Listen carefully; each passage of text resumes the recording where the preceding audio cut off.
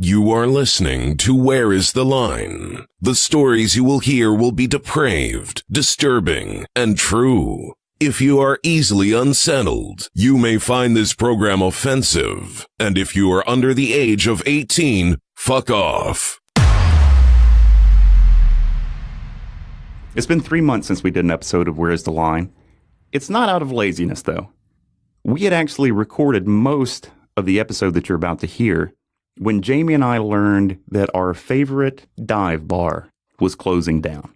Now, this is a dive bar in Alabama, in the Bible Belt, 35 minutes up the road from Woodstock, Alabama, where Serial's S-Town took place. When we found out that this was happening, Jamie and I took our recording gear, and we spent the last week of Egan's Bar in Tuscaloosa, Alabama, recording 42 of that bar's regulars. The people that we interviewed in this little dive bar did not hold much back.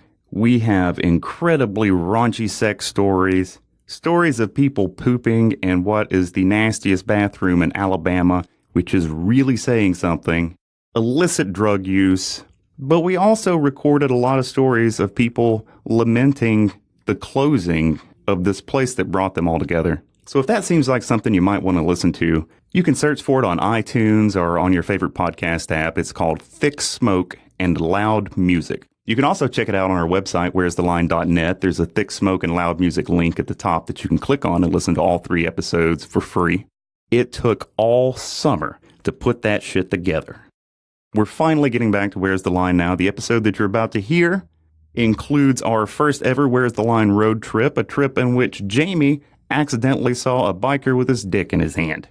We're really glad to be back to the blood and depravity now, and we really hope you enjoy this episode.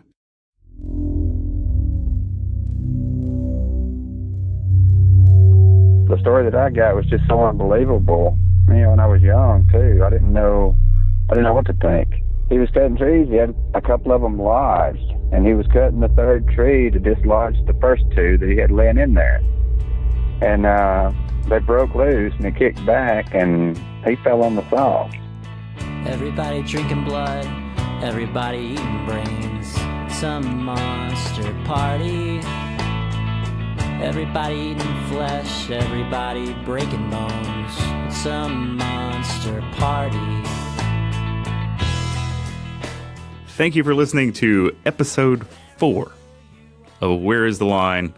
My name is Kevin, and with me, as always, is Jamie. Say something disturbing, Jamie. The United States healthcare system. That's probably disturbing without even hearing the story. But we're going to roll with it. That'll make sense later in the context of what we're going to talk about. All right, so are you ready to get into this episode? Let's do it. Let's do it. That was a weird let's do it for me. Yeah, sorry. Let's do it. Let's talk about mine. Bang. Today we're going to talk about Forthman Murff. He was a 74-year-old lumberjack from Gatman, Mississippi, who in 1984 accidentally cut his own head almost completely off with a chainsaw and lived. Murff had been a lumberjack for pretty much his whole life, and he liked to brag that he had personally cut down almost 2,000 acres of timber. So the guy knew what he was doing. It wasn't like me outside with a chainsaw. On May 26, 1984, though, he had an accident. It happens. He was alone in the woods on this day, cutting down trees like he had been doing for decades. And he came across an especially large tree, and he used his chainsaw to make an angled cut into it to try to ensure that it fell in the direction that it was intended to fall, which it did. But as it was falling, a big branch from the tree that was about 80 feet up broke off and came down really hard on Forthman. And this limb that fell out of the tree knocked him back about 10 feet, where he fell into a ditch. And as this tree that he cut was falling down, it hit another tree, and that one fell on top of Murff and broke his left leg and also crushed the bones in his left foot. And just for a minute, Forthman Murff passed out. Am I doing something funny? You're laughing at me. No, I just had a thought. You what? I just had a thought. What? What? No, it's fine. Go on. No. Go on. What's the thought? What is it? The Rube The Rube Goldberg Thank machines? you. Sorry, my brain.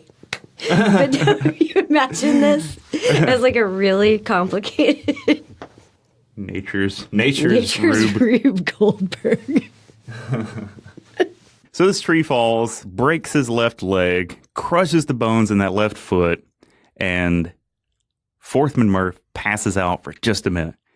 And when he comes to, he can hear that his chainsaw is running and the motor is revving, like it's actually being used to cut through something. What it was cutting through was Forthman Murph's own neck. And so by the time Forthman wakes up, this chainsaw has cut through his trachea and esophagus, essentially all the way down to his spine. In this path that the chainsaw took through his neck, it went through pretty much everything, including his jugular veins. The only things that were left to attach his head to the rest of his body were his spine, a little bit of tissue on the back of his neck, and the carotid arteries that run up near your spinal column. And this all pissed Forthman Murff off. He said that he threw his damn chainsaw as far as he could and started trying to get on his feet. So his legs broke, his foot's crushed, and his head is essentially cut all the way off and just on by his spinal column. So he gets up, and with one hand, he's having to hold his head onto the top of his body because all of those muscles in your neck that do that sort of thing for you have been cut through. As you can imagine, he was in a lot of pain. In an interview later on about this, he said, I thought to myself, I'm going somewhere else. And I hopped off on one foot. My foot was really hurting, but you can't let something like that stop you. I made that thing walk whether it wanted to or not. Yeah, this guy's a badass. Yeah, this guy is a super badass. He's a badass. So this guy gets up, holding his own head on his shoulders, his own almost completely severed head on his shoulders, and he starts hopping through the woods on one leg back to his truck. What would you do if you were just hiking through the woods and you see this 74-year-old man who probably would have appeared to have a severed head that he's holding onto his body, hopping on one foot through the woods? I would have shit myself. That seems like I bet that there are like ghost stories about him in Gatman, you know. The kids are all like, don't go in the woods. It's haunted by a man that holds his own head on his shoulders and hops on one leg. I feel like it's a small enough area that this actually might have been a thing. I wonder if there's some kind of like, you know, how you say Bloody Mary under the mirror 3 times. Yeah. Like if you walk out in the woods and go, like make a chainsaw noise. The ghost of Forthman Murff will hop on one leg and chase you down. Yeah, in my town it was devil worshippers. You didn't want to go out in the woods because there were devil worshippers out in the woods. We had Stemple Road. Stemple Road was the dark road where everybody went to hang out if you want to get a little scared. There was also, everybody has a crybaby hollow in their town. We had one too. It was a little bridge you would go to and you put a candy bar on top of the roof and a dead baby would come and eat the candy bar. And inevitably, when you went down there, like an acorn or some shit would fall on your roof and everybody would flip out. And then you would take off and the candy bar would fall off the roof onto the trunk of the car and make a big banging noise. And then everybody would flip out further. What kind of assholes give candy bars to babies? That's a terrible plan. Yeah, I guess so. I mean, yeah, it doesn't really make any sense that like a little infant baby in diapers would be lured by a candy bar. Would have been better if you'd gotten like those glass jars of Gerber, like carrots or something. Get somebody to hold their boob out the window in case it wants to breastfeed. That's so high school. That's I know. Awesome. Man, I wish I'd have thought of that back then. You know, right? I might have seen a boob in real life before I was 21. That's actually gold. How to get some high school girl, like a freshman in high school, to flash her tits. Yeah. That's it. Hold your boob out the window and a dead baby will come suck on it. Would you have fallen for that in high school? Fuck no. I probably just would have taken my boob out anyway, though, so it's fine. Well, I would have just been like, why don't you just ask me? Where the hell were you when I was in high school?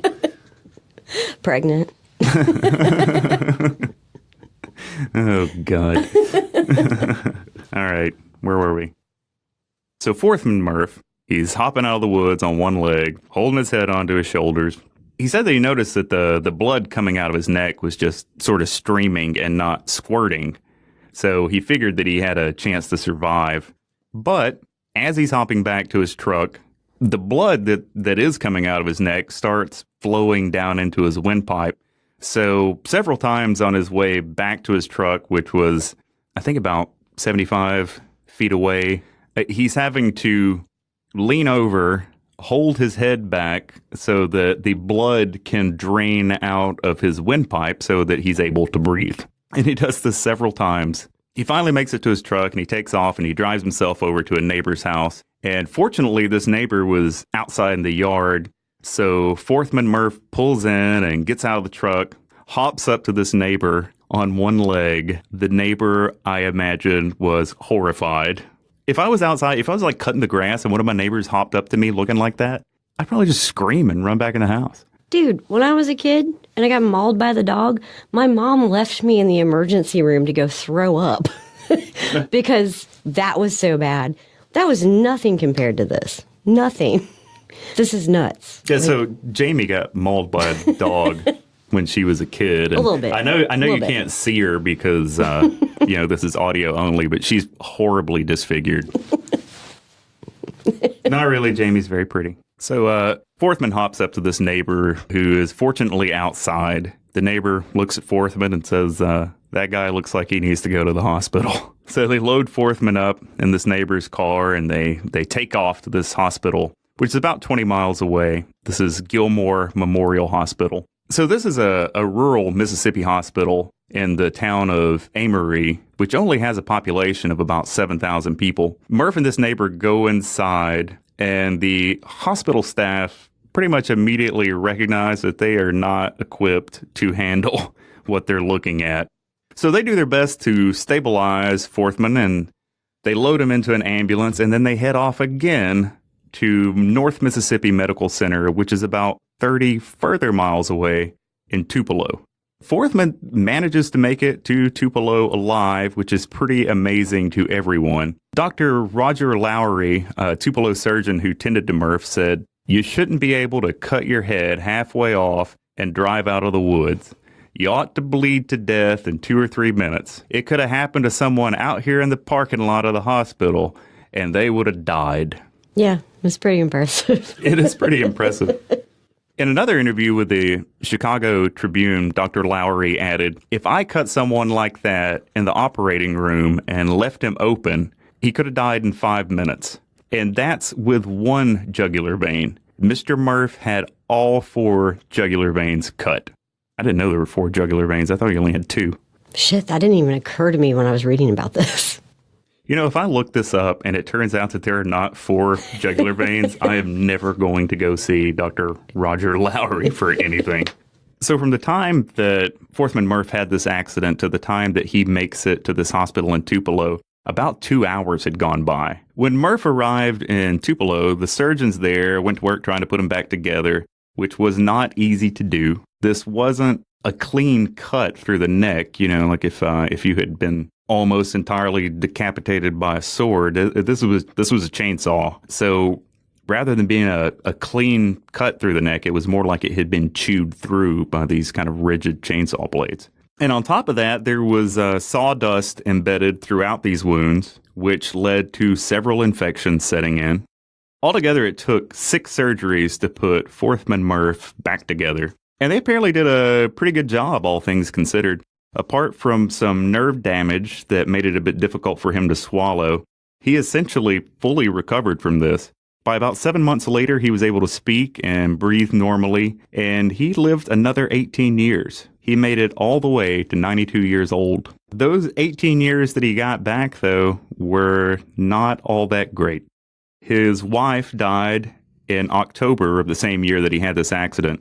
They had been married for 52 years. After she died, he started having some financial troubles. They had been somewhat dependent on her Social Security check to get by. But once she died, apparently they stopped giving him access to that Social Security. I'm still really confused about that, honestly. That's not how that works. So that's weird. We should look into that more before we put it onto the podcast. I looked into it, and it turns out that the rules surrounding Social Security benefits are really fucking confusing. But it seems as though if both spouses are receiving Social Security and one of them dies, the survivor will receive only the larger of the two benefits. So if that's true, and I didn't misunderstand what I read, it seems likely that Forthman and his wife Gladys were both getting Social Security checks, his being the larger of the two. So when Gladys died, her checks stopped coming in, leaving Forthman to rely only on his own benefits. Forthman did have health insurance, but it apparently wasn't that great. It paid for a portion of his hospital bills, but he was still left with some huge medical expenses that ate through what savings he had, which for a Mississippi lumberjack probably wasn't a whole lot to begin with. And so you might be thinking, what about workman's comp? Surely he got that. It turns out that Forthman Murff's employer, for whom he was falling these trees, never signed up for workman's comp. So Forthman was not eligible for those benefits. On top of all of that, this employer of Forthman's actually owed him $1,200 in back pay, but he filed for bankruptcy, and Murff didn't even get that money either. I can't imagine that this employer did not have enough money to give Forthman Murff the goddamn $1,200 that he owed him. Yeah, The but guy honestly, almost cut his whole head off. Exactly. So he's got some spunk. He's clearly going to be all right. What about unemployment benefits? Nope. He was not physically able to work or seek future employment, so he wasn't eligible for unemployment benefits either. In fact, about a year after this accident, he was so broke that he could not even afford to buy the glasses that he needed to read. This shitty insurance policy of his paid for the eye exam that he needed, but it wouldn't pay for the glasses. I mean, I don't imagine that Forthman Murff is the kind of guy that was holding out for some Dolce & Gabbanas. I mean, I imagine he would have taken whatever glasses they gave him. Do you have eye insurance? Mm-hmm. Ooh, high five. I don't. Yeah, mine's pretty shitty too, though. No, I've still been like photoshopping the same prescription picture so I could send it off to the internet companies, just kind of playing with those numbers. And You Photoshop them? You know what I used to do? Yeah. I used to, because a lot of those internet companies have a policy where if they contact your doctor and your doctor doesn't reply to them, they'll go ahead and send you the glasses or contacts, because apparently a lot of doctors are pissed off at the eye exam or at the online eyeglass places for taking a lot of business away from them. Ooh, that's good news. Okay. So what I used to do is I would find an eyeglass place that shut down. There's one on 82, and I would say that was the address of my eye doctor. And they would try to contact the shutdown eye exam place, and then they would send me my glasses. I've just been like kind of playing with my prescription for about 4 years now. I can still drive at night. It's fine. All right, continue. We're talking way too much about eyeglasses. Just made like 10 minutes of editing work for you. Oh, God. It takes me so long to edit these anyway. Fucking Sword and Scale guy, Mike Boudet, always claimed that it took him 30 hours to edit an episode. And I was like, he's full of shit. It didn't take him fucking 30 hours to edit. It takes me longer than that. Yeah. It takes me way fucking longer than that. You're also a little obsessed, though. So.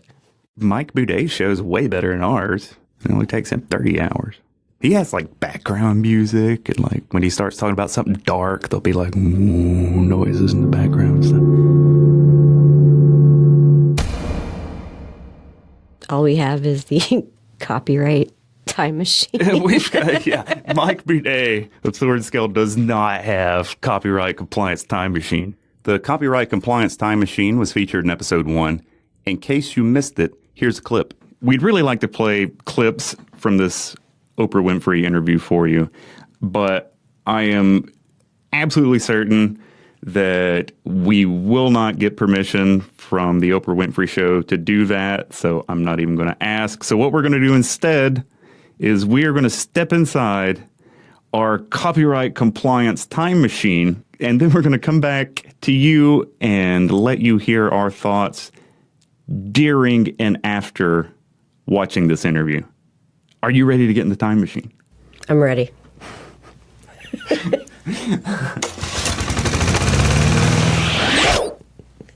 All right, and we're back. That's ridiculous. We have just landed. So, Forthman Murff's having all these financial troubles, can't even afford his own pair of eyeglasses. In addition to that, he wasn't able to afford a grave marker for his wife, who we said earlier died shortly after this accident while he was still recovering. And Forthman seemed like a guy that had a pretty good sense of humor, but not being able to afford a grave marker for his wife seemed to actually bother him quite a bit. He told a reporter that he didn't really want a lot of money, but he did want just enough money to have a double headstone for his wife and eventually for himself. Murff was hard as nails, though. He didn't seem to let all this turn him into a melancholy, moping asshole like it would have made me. He loved to play his guitar. He continued to do so right up until his death, and according to him, music was his third love, coming in right behind Jesus and chainsaws. He never gave up the chainsaws. He was still cutting down trees after he cut his own head almost off. Forthman even kept up that kind of old school Southern humor that a lot of the elderly people around here in the South seem to have. Forthman said to the Chicago Tribune, "People tell me that the Lord left you here for a reason, and I ask them what that reason is, but they can't tell me. I can tell you this, I know it wasn't for chasing women or he wouldn't have broken my leg." I love that quote. It's so great. It's so great. Forthman Rexdale Murff died in January of 2003 at the age of 92. He is buried just across the Mississippi-Alabama state line in Pleasant Ridge Cemetery in Sulligent, Alabama.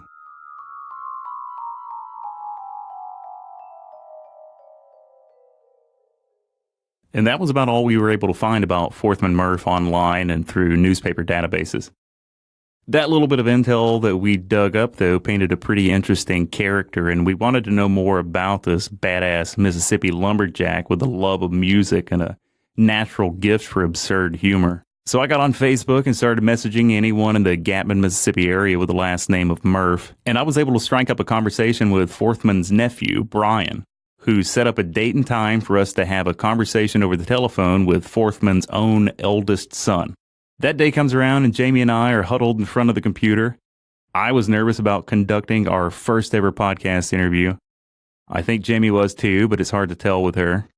We punched the telephone number into the computer and waited for the exact, mutually agreed upon time to the second before we clicked on the call button. Hello. Please leave a message after the tone. So we set up another day and time to connect, and we tried again. Hello. Please leave a message after the tone.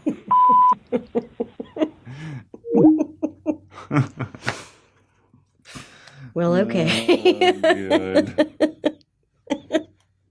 I actually had this moment today where I thought, this might be the best thing we've done yet. After that, I got back in touch with Forthman's nephew and told him that we weren't having any luck getting a hold of Forthman's son on the phone, and I asked him if he would mind chatting with us himself. He agreed to do that, so we set up a time, and then we gave him a call. I'm sorry, but the person you called has a voicemail box that has not been set up yet. He changed his name. Goodbye. What the fuck is wrong with me? It's not my fault. Be nice. Be nice. I thought you were going to send him a message and be like, what the fuck? Fortunately, Brian had just stepped away from the phone for a second. He messaged us a few minutes later and let us know that he was ready. Hello, Hey, is this Brian? it is. Thanks a lot for taking our call. We really appreciate that. My friend Jamie's here with me, too. Hi, Brian. Okay. Hey. Yeah, I grew up 2 houses down from Uncle Forthman, but yeah, and actually, he was my granddaddy's brother. He was my great uncle. He was just a character. He was fun to be around. And I actually came across a few articles about him and that accent that he had years ago, and I've kind of always wanted to know more about him. We've seen some pictures of him where he's playing the guitar and the harmonica. What kind of music did he like to play or listen to? Bluegrass, country, gospel. He could play about anything. He was self-taught. He played the banjo, guitar, harmonica, and never had a lesson. It was just, he could just hear the hear the notes and play. Was he a good singer, too? He was all right. He enjoyed himself. He was the playful favorite uncle for everybody. I mean, I never saw Uncle Forthman that he wasn't smiling and just full of life and having a good time. Yeah, he seemed like in the interviews that we saw with him that he was a pretty funny guy. Are there some popular stories about Forthman? People kind of still pass around about him? The favorite thing that we remembered about Uncle Forthman as kids was he'd come over to my grandmother's house, which was his sister-in-law. And his favorite thing was to bet you that he could kick the top of her porch. And he would. He would stand flat-footed on the front porch and kick the top of the porch. How high up was it? I don't know, it was taller than his head, and he was like 6'4", 6'5". He was just a character. He was fun to be around. As far as, everybody knew him for cutting pulpwood. I mean, that's all he knew. Yeah, I saw that he said that he thought that he single-handedly cut down 2,000 acres, something like that. I wouldn't doubt it'd be more than that. I mean, that's all he ever did. I mean, from child on, that was his way of earning money.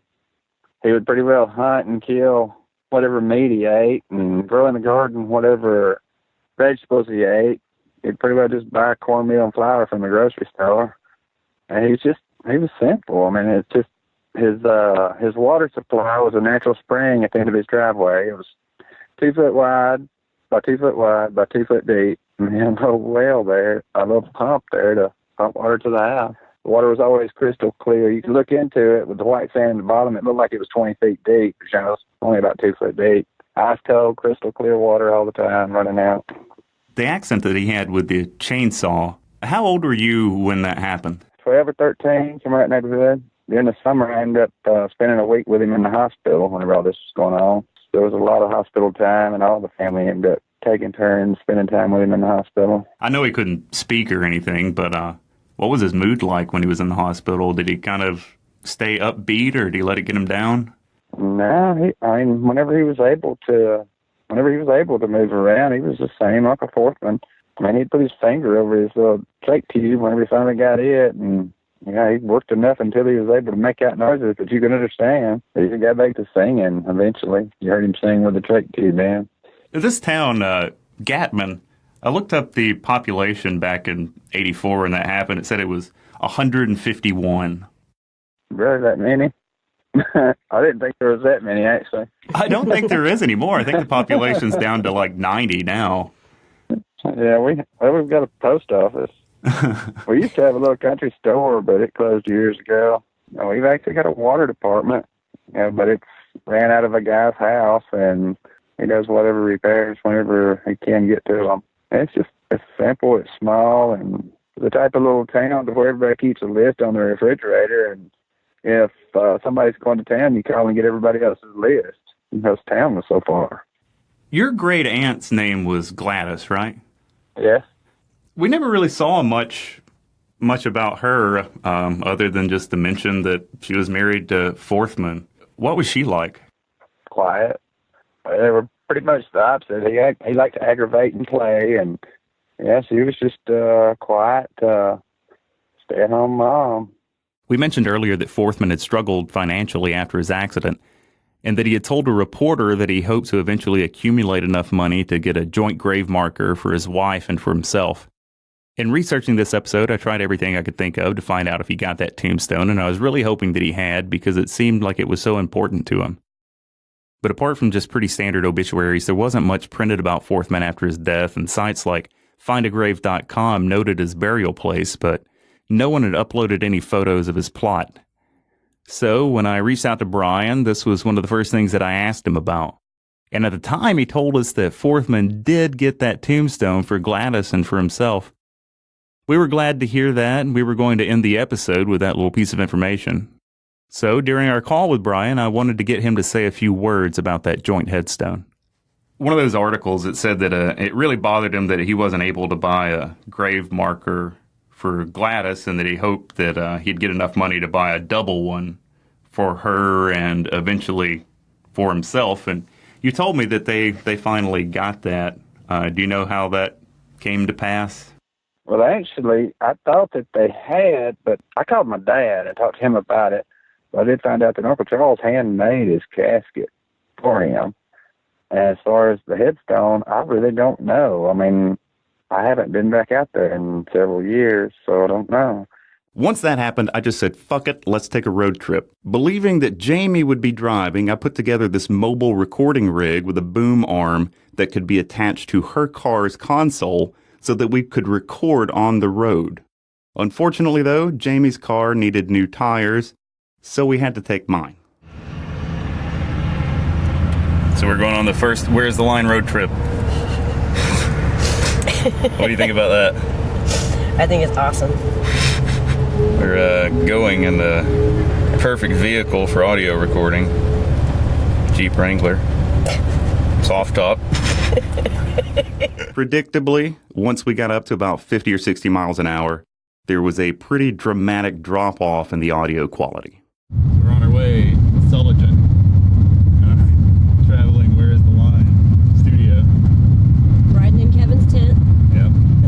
And almost immediately, my pessimism starts setting in. So what if we get here and we can't find the tombstone? We'll find it. Didn't he say that he wasn't able to get Gladys a grave marker at all? Yeah, he didn't know. So what if he didn't get one either? Well, then we get to go to Sullivan, Alabama. We'll just take a picture of some grass. Say that's where it is. No one will know any different. Yeah. Sullivan, Alabama is only about an hour and a half away from where we started. One might think that in the computer age with GPSs and satellite communication that Jamie and I could manage a 90-minute road trip without incident. Nope. So, what just happened? Are you recording? Yes. So... How long have we been on the road right now? For about 2 hours, Kevin.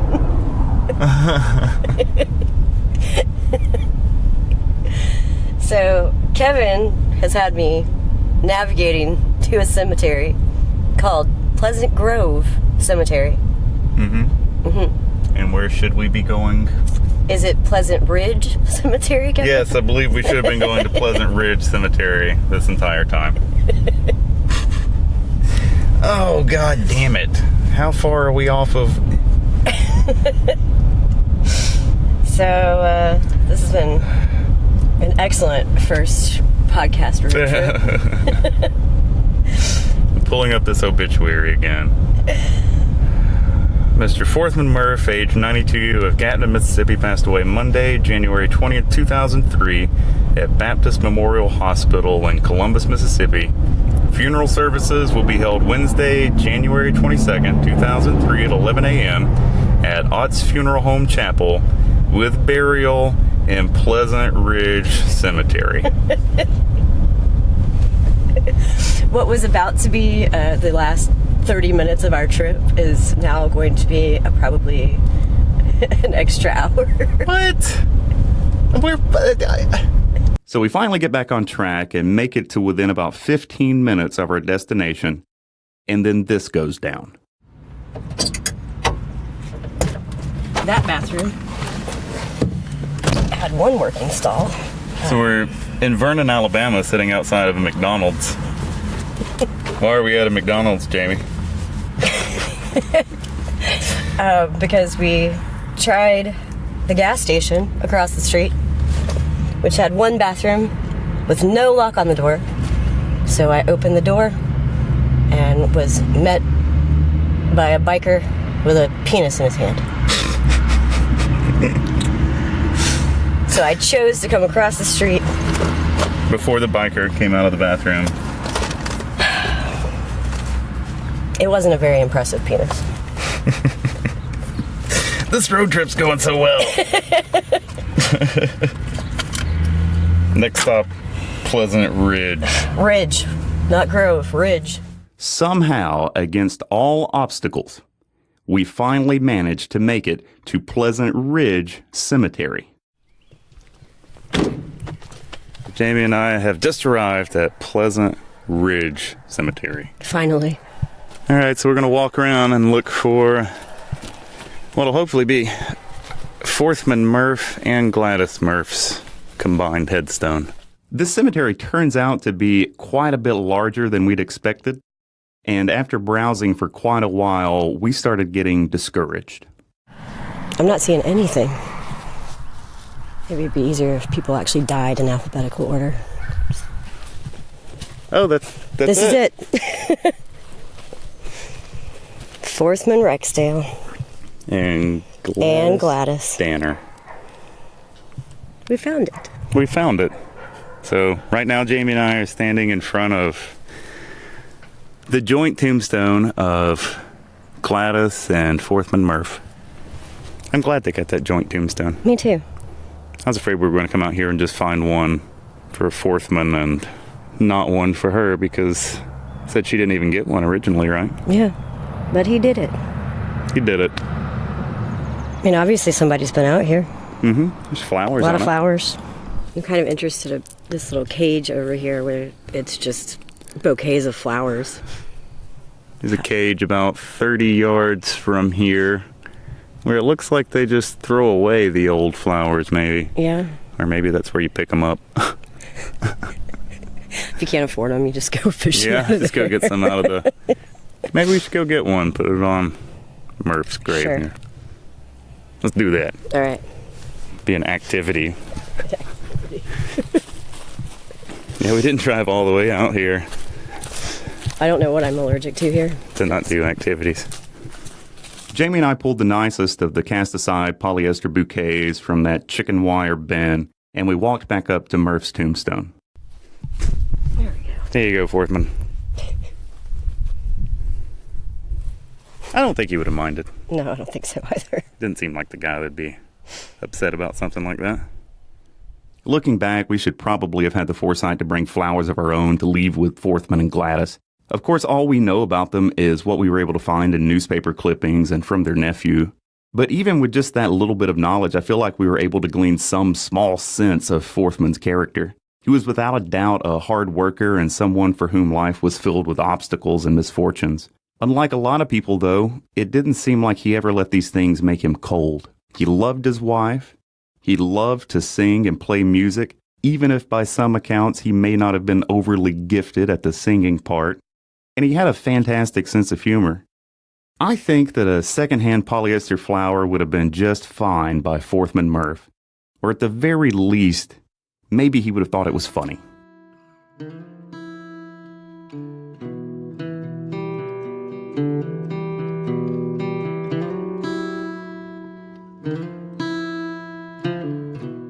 Like I said earlier, man, the biggest thing about Uncle Forthman to me was, he was just he was the fun uncle, the one that we always wanted to be around. We couldn't get enough time with him. He'd just light you up, being around him. I can't even mention his name or think of him without laughing or smiling. That was just his personality.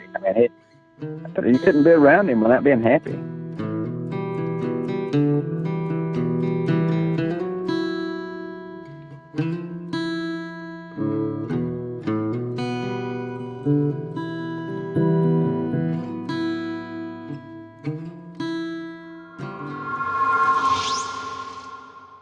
Thank you for listening to this episode of Where is the Line? If you enjoyed the episode, you can visit us on Facebook, or you can check out our website at whereistheline.net, where we'll post a few photos of our road trip, including one of Forthman and Gladys's joint headstone. If you'd like to send us some hate mail, you can do that at info@whereistheline.net.